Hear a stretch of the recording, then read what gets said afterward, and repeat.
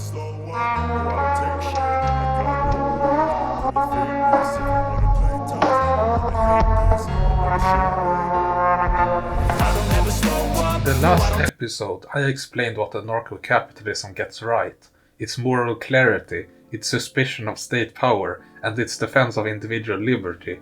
But eventually, the coherence that once felt airtight began to fracture, not because someone debunked it in a debate, but because I started asking one simple question.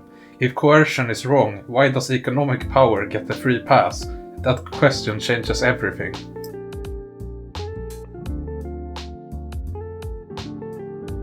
Anarcho-capitalism rests on absolute property rights. If you own something, you control it. If you control it, others must respect it. If they don't, force is justified. But where does property come from? Libertarian theory often points to homesteading, mixing your labor with unused resources. But almost no modern property originates this way. Land was enclosed, colonies were seized, and labor was coerced. Wealth accumulated through state violence, slavery, imperialism, and dispossession. So I had to ask, if current property titles trace back to coercion, how can defending them absolutely be morally clean? Anarcho-capitalism treats property as sacred, but rarely interrogates its history, and once you look historically, the moral simplicity dissolves.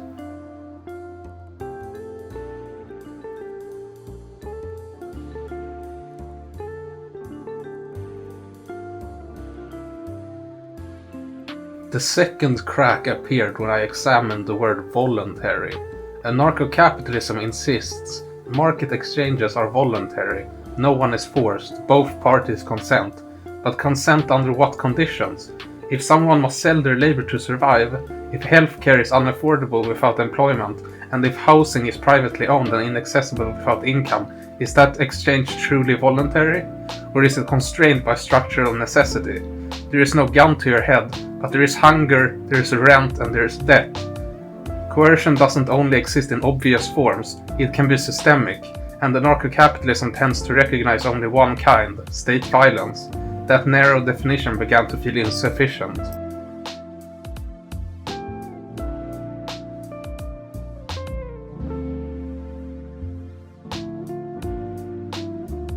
Another contradiction emerged around power concentration. Anarcho-capitalists argue that without government intervention, monopolies wouldn't persist. But historically, markets tend toward consolidation. Large firms outcompete small ones, capital accumulates, barriers to entry rise. So I asked myself, if a private security firm controls an entire territory, if a corporation owns all housing in a region, and if employment options are dominated by one entity, how is that meaningfully different from governance?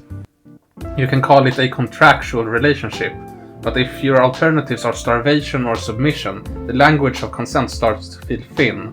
Anarcho-capitalism abolishes public authority, but leaves private authority untouched. That asymmetry began to bother me.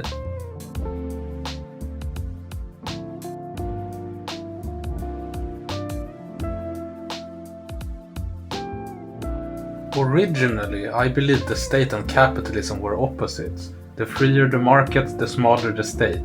But history doesn't support that story. Modern capitalism developed alongside state-enforced property law, colonial expansion, infrastructure built by public funding, central banking systems, and legal frameworks for corporations.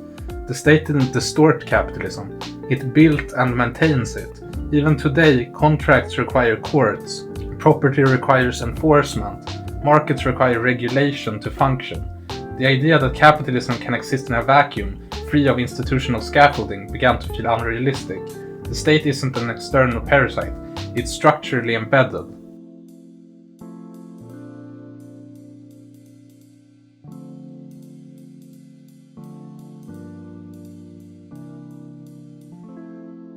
The non-aggression principle seemed airtight at first, but the more I applied it, the murkier it became.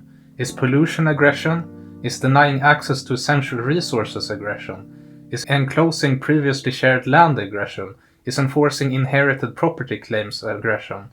Once you expand the lens, aggression isn't just about physical force. It's about power, deprivation, and control over life-sustaining resources.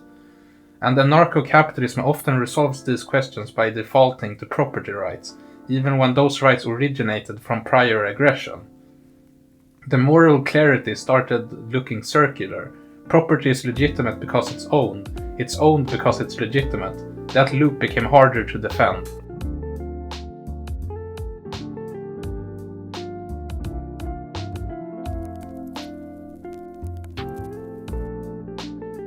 At some point, I realized anarcho-capitalism defines freedom negatively.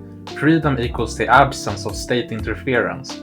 But what about freedom from exploitation, freedom from poverty, freedom from economic compulsion, freedom to meaningfully participate in social life?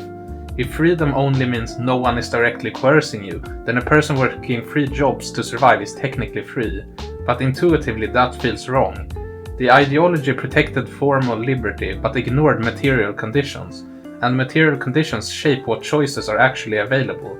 That insight was destabilizing.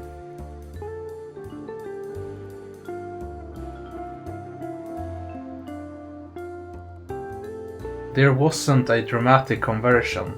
No single debate destroyed my beliefs. It was slower, a growing discomfort, a sense that the framework was incomplete, that it saw some forms of power clearly and others not at all, that it opposed hierarchy in politics but normalized hierarchy in economics, that it rejected state domination but tolerated private domination. The moral intuition that led me to anarcho-capitalism, opposition to coercion, had expanded beyond its original boundaries, and once it did, the ideology couldn't contain it.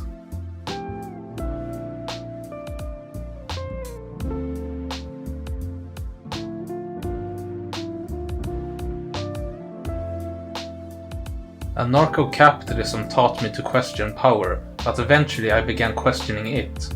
If domination is wrong, why stop the analysis at the state? That question led me towards anarchism, a broader critique of hierarchy itself.